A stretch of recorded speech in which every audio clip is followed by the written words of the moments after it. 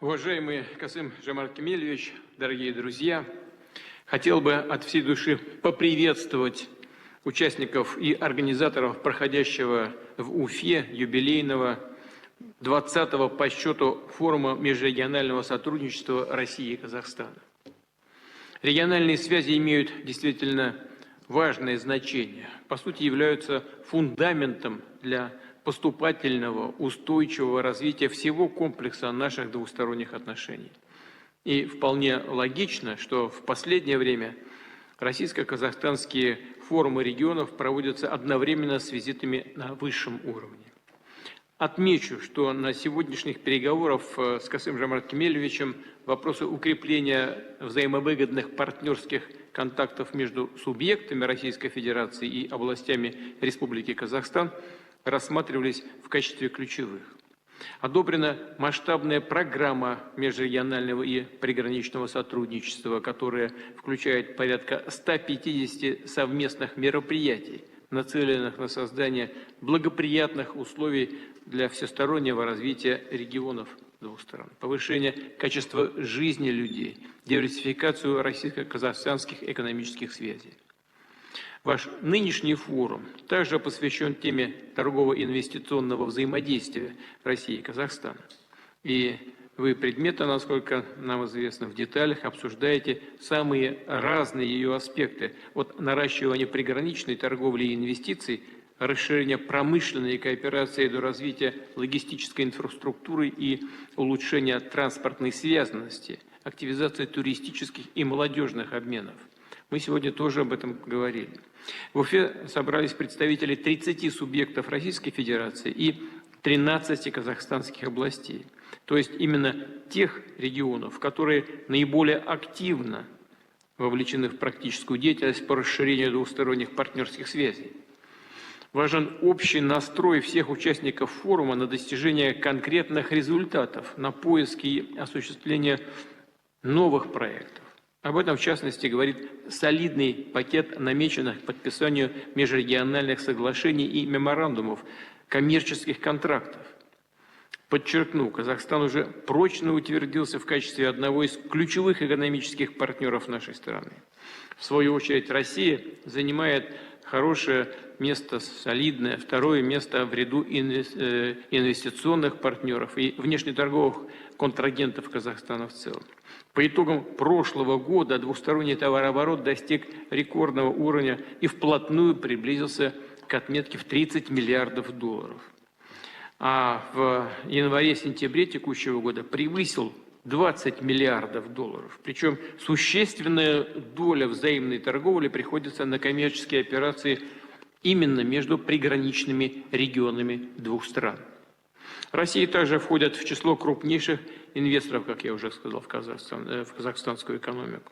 Общая сумма российских накопленных капиталовложений в Казахстане составляет 13 миллиардов долларов. В настоящее время осуществляется порядка 60 крупных совместных инвестпроектов в таких сферах экономики, как машиностроение, химическая промышленность, сельское хозяйство. И нужно особо отметить, что значительный вклад в их реализацию вносят регионы двух стран. Так наши компании из Уральского, Приволжского, Сибирского округов напрямую участвуют в программах развития энергетики Казахстана. В апреле подписано российско-казахстанское межправсоглашение, в соответствии с которым в областных центрах Кокшетау и Семье и Усть-Каменогорске будут возведены новые современные электростанции. Обсуждается совместный проект модернизации объектов гидрогенерации, расположенных на казахстанском участке реки Иртыш. Российская Русгидро, заинтересованная принять в нем участие, обладает огромным опытом в возведении ГЭС с соблюдением всех требований экологической безопасности, бережного, рачительного водопользования. Россельмаш успешно локализовал производство тракторов и зерноуборочных комбайнов на предприятиях Акмолинской области. Продолжают расти поставки в Казахстан, в том числе из Ростовской, Челябинской областей, комплектующих, а также запчастей для российской или совместной сельхозтехники, произведенной совместно сельхозтехники. В сентябре в Костанайской области состоялся запуск производства деталей двигателя для грузовиков КАМАЗ. На проектную мощность это предприятие выйдет уже в первом квартале 2025 года, а в Карагандинской области с участием Татнефти налажен выпуск автомобильных шин. На базе расположенного на юге Казахстана фосфоритного месторождения Карактау действует российско-казахстанское предприятие по производству минеральных удобрений.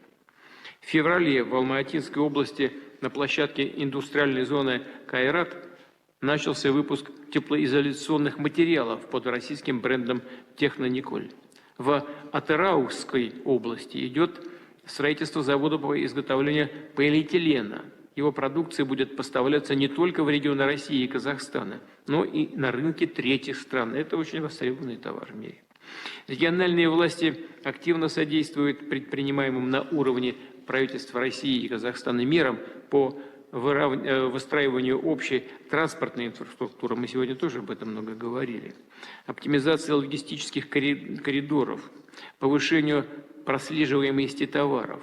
Через Казахстан проходит восточная ветка международного коридора север-юг от России и Белоруссии до побережья Индийского океана. С начала года по ней перевезено уже более 1 миллиона тонн грузов. Динамично продвигается межрегиональное сотрудничество в сфере науки и инноваций. Так, например, ученые из Московского Курчатовского института и Томского политехнического университета работают на экспериментальном комплексе «Казахстанский материаловедческий токамак». Вместе с казахстанскими коллегами проводят продвинутые исследования в области термоядерного синтеза, физики плазмы и перспективных источников энергии. Тесные связи поддерживают с казахстанскими партнерами многие учебные заведения Москвы и Санкт-Петербурга, Поволжья, Сибири, Урала. В российских вузах готовятся высококвалифицированные кадры для казахстанской экономики. И сейчас в нашей стране обучается порядка 60 тысяч граждан Казахстана. В общем, у России и Казахстана имеется богатый опыт взаимовыгодного сотрудничества, и перед нами открыты самые широкие перспективы для дальнейшей совместной работы. Мы рассчитываем, что регионы будут и далее вносить весомый вклад в развитие российско-казахстанского многопланового партнерства. В свою очередь, руководство двух стран, думаю, Касым-Жомарт Кемелевич со мной согласится, продолжит поддерживать все ваши полезные начинания. Позвольте пожелать участникам Уфимского форума успехов и всего самого доброго. Благодарю вас за внимание.